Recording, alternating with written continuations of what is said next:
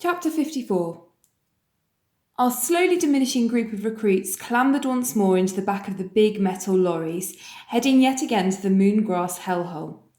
That day we would be covering a lot of the same area that I had been in when I failed 6 months earlier. It was time to put those demons to bed. I was careful not to make the same mistakes. I nibbled on the snacks that I had stuffed in my pocket from breakfast, and I drank regularly to keep hydrated. But just when I was gaining confidence that I had this one under control, I made a careless mistake. I dropped off the high ground too early and soon found myself floundering again in the worst of the boggy marsh, burning up valuable energy and precious time. I could feel my tired limbs leaking energy, and the weight of the pack was pushing my sinking legs further and further into the boggy ground with each step. To make matters worse, I could see distant figures on the skyline above me steaming past. I was soon so exhausted that I just had to stop and rest, just for a minute, to get the weight off my shoulders. I needed to take stock. I downed all the nibbles I could find in my pocket. Rationing was now out. I needed energy. I reassessed the map and my timing. I had to come up with a plan to get myself out of this mess, and fast. I turned 90 degrees and started to climb back up onto the high ground that I had just come off. This was way off route. I should be heading down, but I just knew that the high ground would be better than fighting a losing battle in the bog. I had done that before and lost. The wind was blowing hard now, down from the plateau as if trying to deter me. I put my head down, ignored the shoulder straps that pulled and heaved against my lower neck muscles, and went for it. I had to take control. I was refusing to fail selection in this godforsaken armpit of a place. Once on the ridge, I started to run, and running anywhere in Moongrass with that weight of a small person on your back was a task, but I was on fire. I kept running and I kept clawing back the time in miles. I ran all the way to the last checkpoint and then collapsed. The DS looked at me strangely and chuckled to himself. Good effort, he commented, having watched me cover the last mile or so of rough ground. I had made it within time. Demons dead, adrenaline firing. There were only 3 more marches to complete on test week, but they were monster ones. The first march was back in the Brecon Beacons. It was some 20 miles long between the 3 highest summits, but with 3 RVs cruelly placed all along the way, back down at the floor of each valley. The weight of our packs had also increased substantially. I had to take a second look at the notice board the night before just to confirm it. Each morning we waited in line to start the march. It was a struggle just to heave the weight of the pack onto my back. Often the easiest way was to squat on the ground, slip your arms into the shoulder straps, and then get a buddy to haul you up to your feet. Once up, you had to stay up. The weight of the pack was always worse at the start and the end of each march, and the first couple of hours invariably felt the most painful. Any blisters on your shoulder blades would weep painfully as the weight of the pack went on. Then somehow your mind would shut out the pain for a while, until, by the end of the march, your shoulders would start to wilt and cramp up as if they were on fire. The bloodied, taped up and blistered lower backs and shoulders of so many of the recruits told that story the best, and the shower block always looked like a field hospital. Blistered backs and feet being agonisingly stripped and redressed with zinc tape, soldiers silently going about their business. In fact, much of our time in the evenings was spent redressing and retaping the inevitable blisters that every recruit had to endure. That morning I was sick again while we stood around waiting. I hated the waiting. Being sick was pure nerves. I looked at my day's source of energy on the ground at my feet. Bad start. On setting off, the snow started to fall thickly, and on top of the first summit I found that my energy was starting to wane fast. Again, my body was simply getting drained of its reserves day after day, and it was impossible to replenish those reserves in only a snatched few hours' sleep every night. I hated this faint, dizzy feeling I was getting. Why am I getting this now? I need energy. But the vomiting, lack of sleep, and hour after hour of hard route marches through mountainous bogs, day after day, was systematically taking its clear toll on me. By halfway I was behind time, and I knew that I needed to go up a gear, regardless of how I was feeling. I knuckled down, pushed harder, and sure enough I found that the harder I pushed myself, the more my strength returned. Finally, I completed the day within time. I was fired up and still running on the adrenaline as I threw my kit into the back of the wagon. Good job, Bear. What I didn't realise was the price of digging so deep day after day was that my reserves and endurance were getting weaker and weaker. and you can't run on empty forever.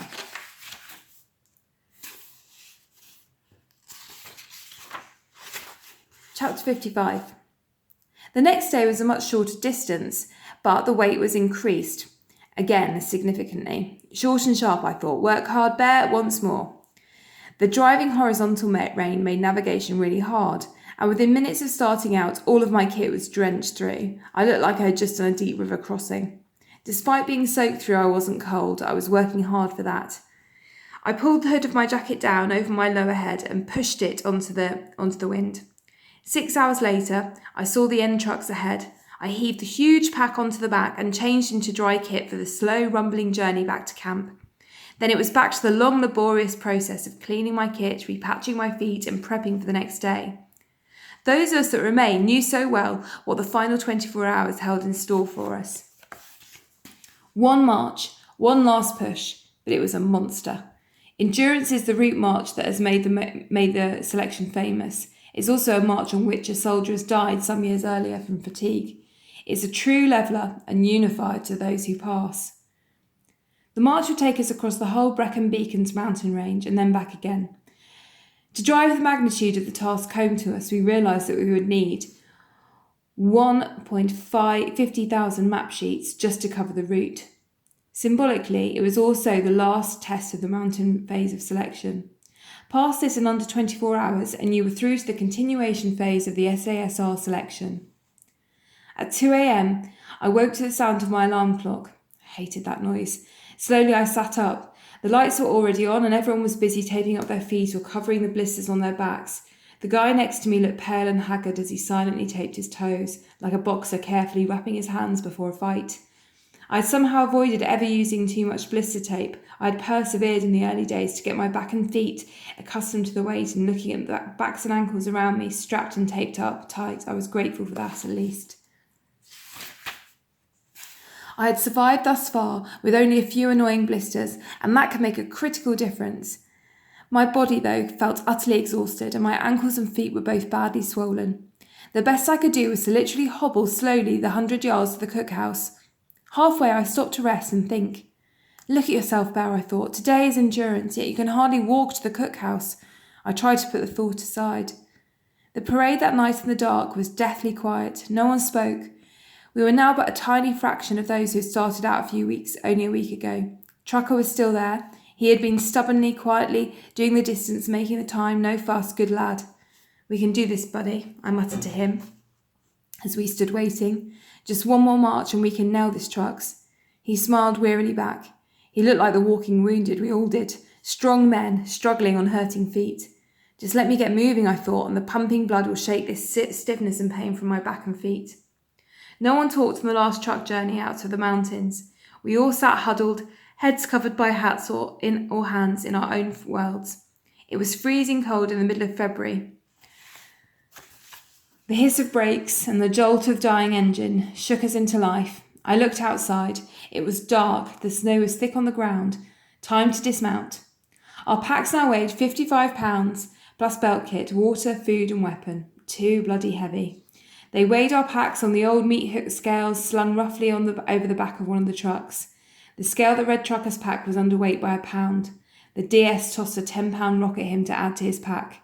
Endurance was endurance. None of us could expect any favours here.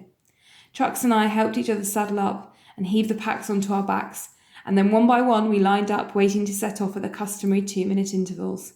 It was bitingly cold and the wind was quite strong, even down here at the foot of the mountains. We all turned our backs to the wind as we waited in line. Finally, my name. Grills, the clock's ticking, go! I headed off across the track into the darkness. I set my bearing to the first trig point on the summit ridge, put my head down and started to move fast as my feet would carry me. The first checkpoint was some 2,000 feet above, and I reckoned I could cut the corner off by heading up the Bowl Valley instead of following the ridgeline. I knew early on that this was a mistake. I had grossly underestimated how deep the snowpack would be. But by then I was committed to this route and I couldn't afford to go back. The snow pile in the bowl was this horrible waist-deep drift snow, reduced to a snail, and I was reduced to a snail's pace. I could see the trail of figures above me silhouetted against the full moon skyline. It was all of the other recruits moving steadily up. Meanwhile, I was floundering in this hellhole of deep snow going nowhere, and I'd hardly even started endurance. Some pictures here. This is him going to Everest. Wow. This is Jeffrey, Mick and Neil. I presume we're going to meet these later, celebrating the warmth of base camp and then returning to Everest later in a paraglider. And this is a bit of his later life, I think. So Shah and him getting married. Shah on the deck of their houseboat for Jess's christening. And reading to his son. And in their little island in North Wales. His 3 children there.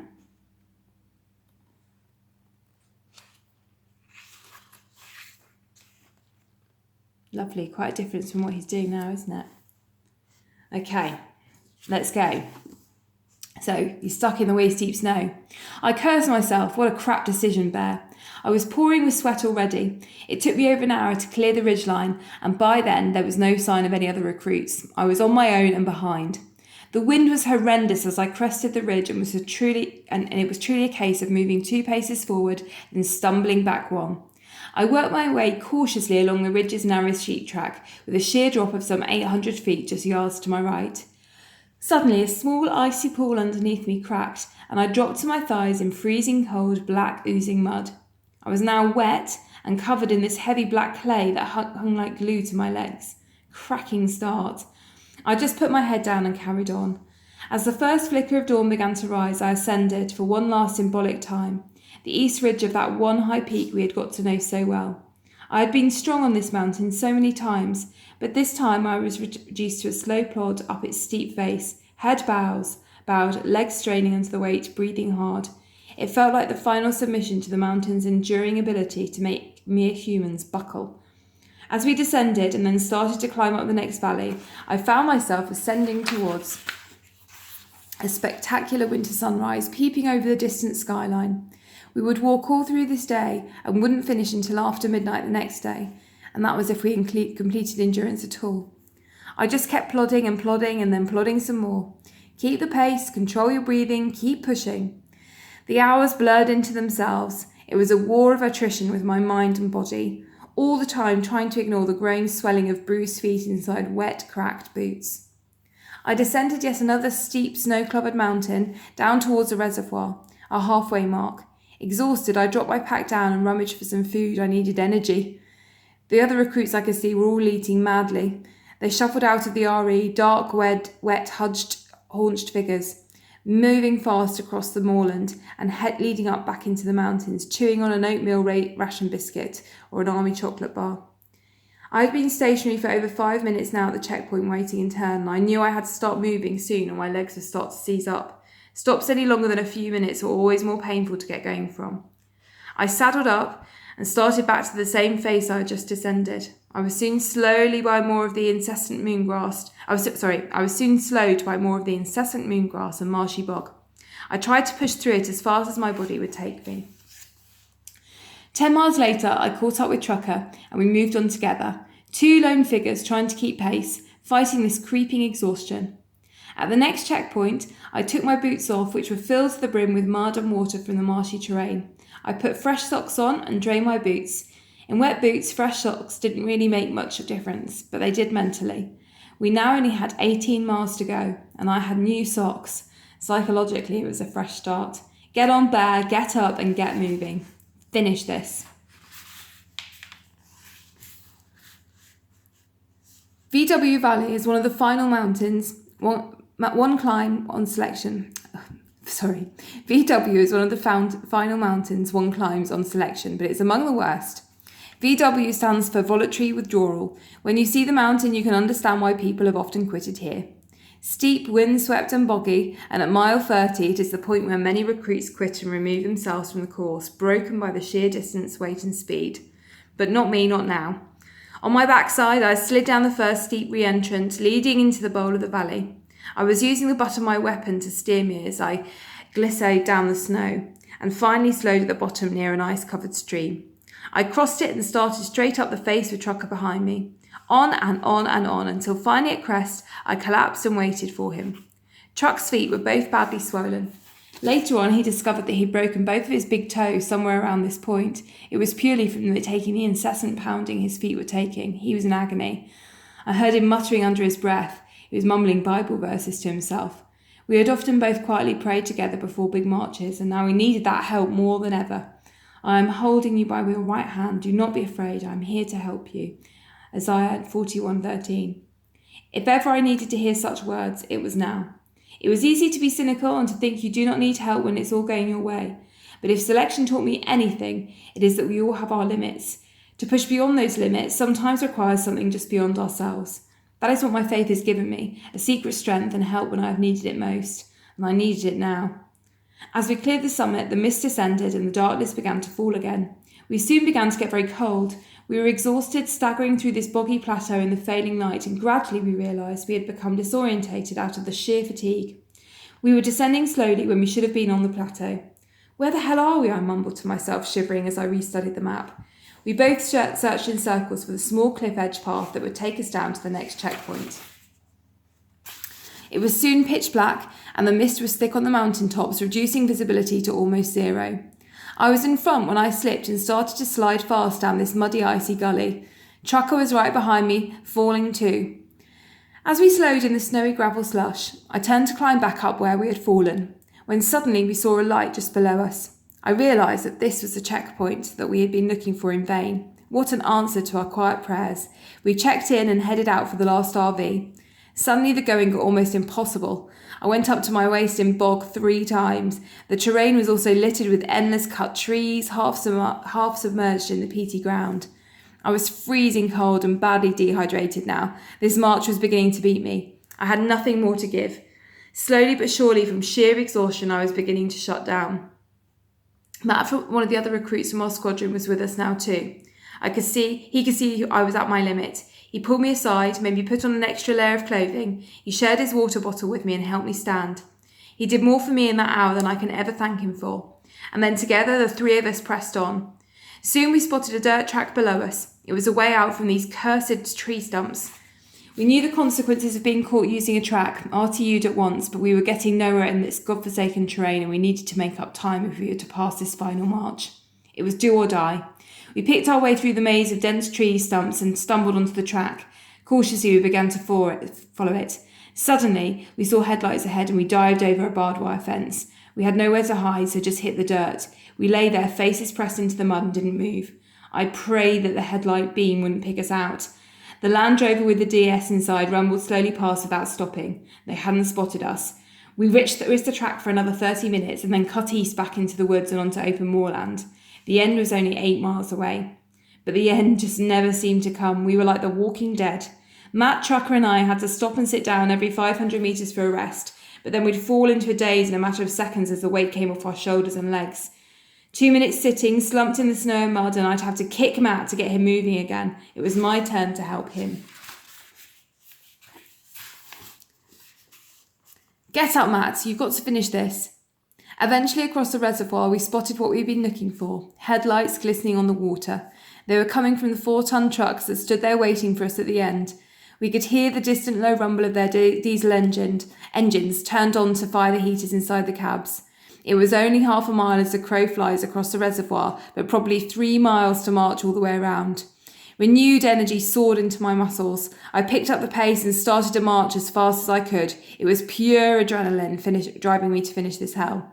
Finally, after 21 hours, Matt, Trucker and myself were the first of the 21 SAS retreats to finish endurance.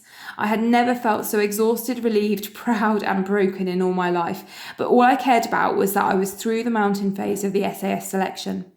Continuation training, though, would prove to be a very different and much tougher beast altogether.